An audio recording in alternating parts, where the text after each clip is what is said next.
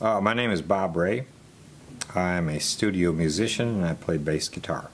My mother was a piano teacher, so naturally all three of his kids had to learn piano.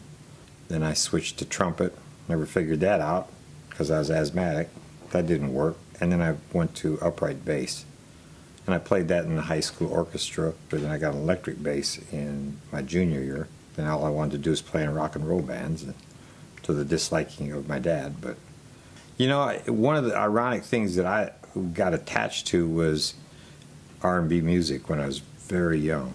But I could get, I think it was KAAY out of Little Rock at night. And they had these mail order houses, and I'd order all these R&B songs that I'd hear, you know, blues and just the R&B stuff. And that was kind of how I've just kind of discovered I wanted to play R&B. Travis Womack. Travis lived in Memphis, and he would come up to the Midwest and tour, and he was touring in the area, in the circuit that I was playing.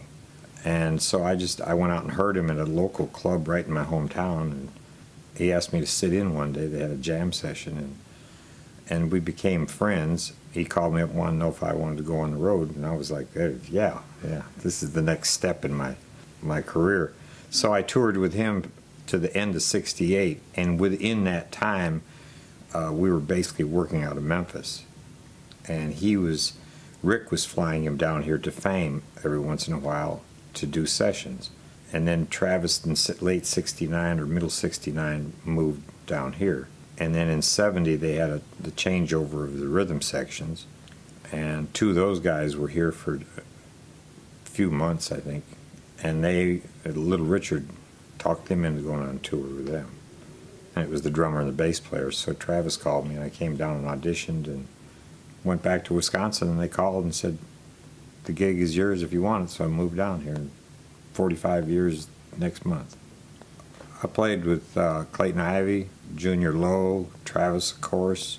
Fred Prouty was one of the early drummers. A guy named Tarp Tarrant played drums.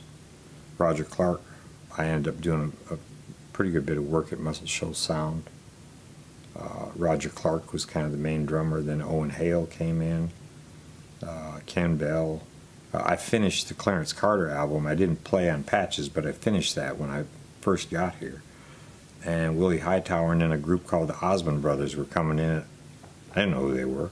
The highlight of my career, one of them, is playing on the #1 record in the country. By the time I went home at Christmas time, it was the #1 record in the country, One Bad Apple. And I heard it driving all the way up there. It's one of the biggest singles to come out of here. It doesn't get a lot of recognition, but any songwriter would like to have the royalties that came off of it. I haven't really decided or figured out what the true sound they talk about is of any of the places.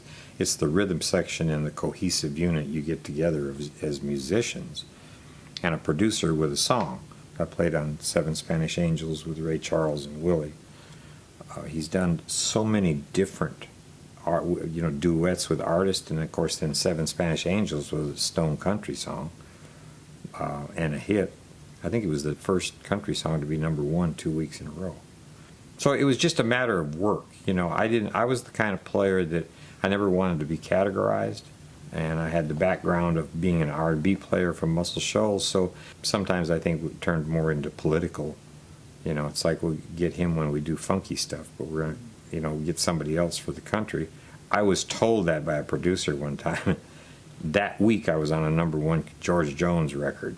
And I told Jerry Wexler this story. And he said, there's no difference. It's all the blues. The weirdest thing I've ever played on is a group called Ween. I've had kids come up to me and go, are you the same Bob Wray that played on Ween? It was their 12 greatest country hits. Some of the titles would never make it on the Grand Ole Opry.